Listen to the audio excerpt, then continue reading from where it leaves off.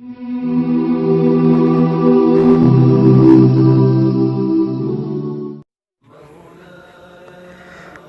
حدیث‌های زیاده از پیغمبر صلی الله علیه و سلم روایت می شود که اگر خانه‌ای که بی در و دروازه باشد، در خانه‌ای که بی نماز باشد، در خانه‌ای که تلاوت قرآن نباشد، در خانه‌ای که ستر و حجاب و حیا نباشد، در آن خانه فیض و برکت نیست.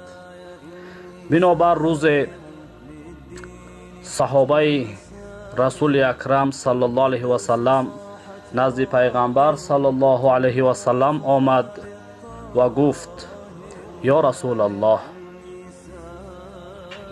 خانه من در و دروازه دارد، خانه من دیوارهای بلند دارد و در خانه من برکت نیست و فرزندان من همه با نماز، همه با روزه هستند. در خانه من 24 ساعت تلاوت قرآن به گوش می رسد و حتی فرزندان من و خود من همگی نماز تهجد می خوانیم، ذکر و تلاوت قرآن می کنیم و روز به روزه شب به نماز هستیم.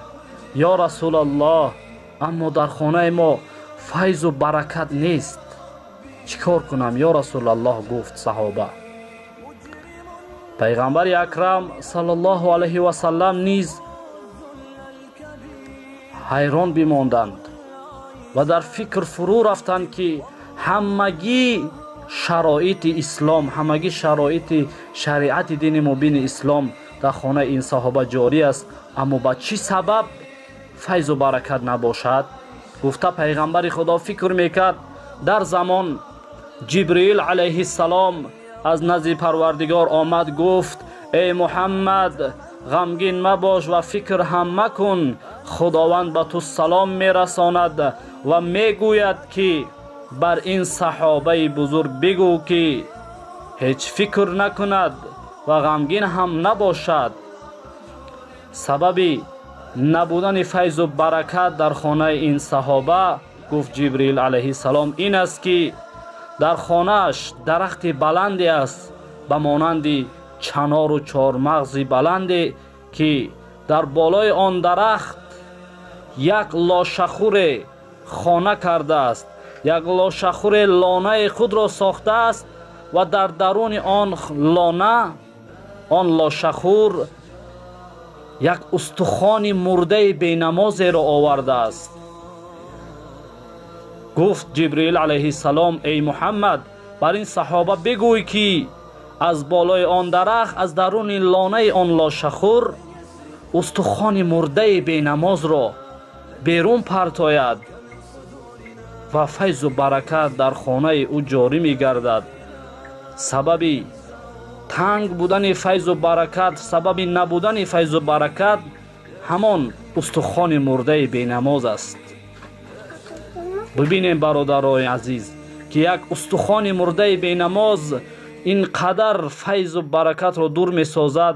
وای بر حال اما شخصانی که نماز نمی خوانند، وای بر حال اما شخصانی که زنده است و مسلمان است و دعوای مسلمانی می کند، اما ارکان اساسی دین مبین اسلام را که نماز است به جای نمی آورد.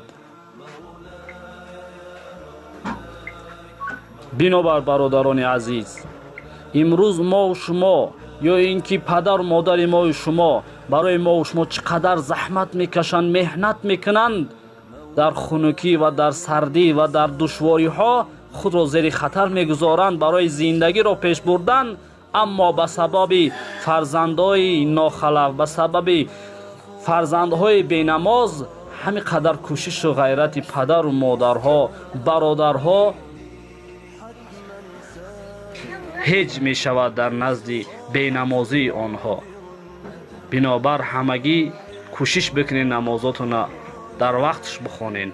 و آخر دعوانا ان الحمد لله رب العالمین.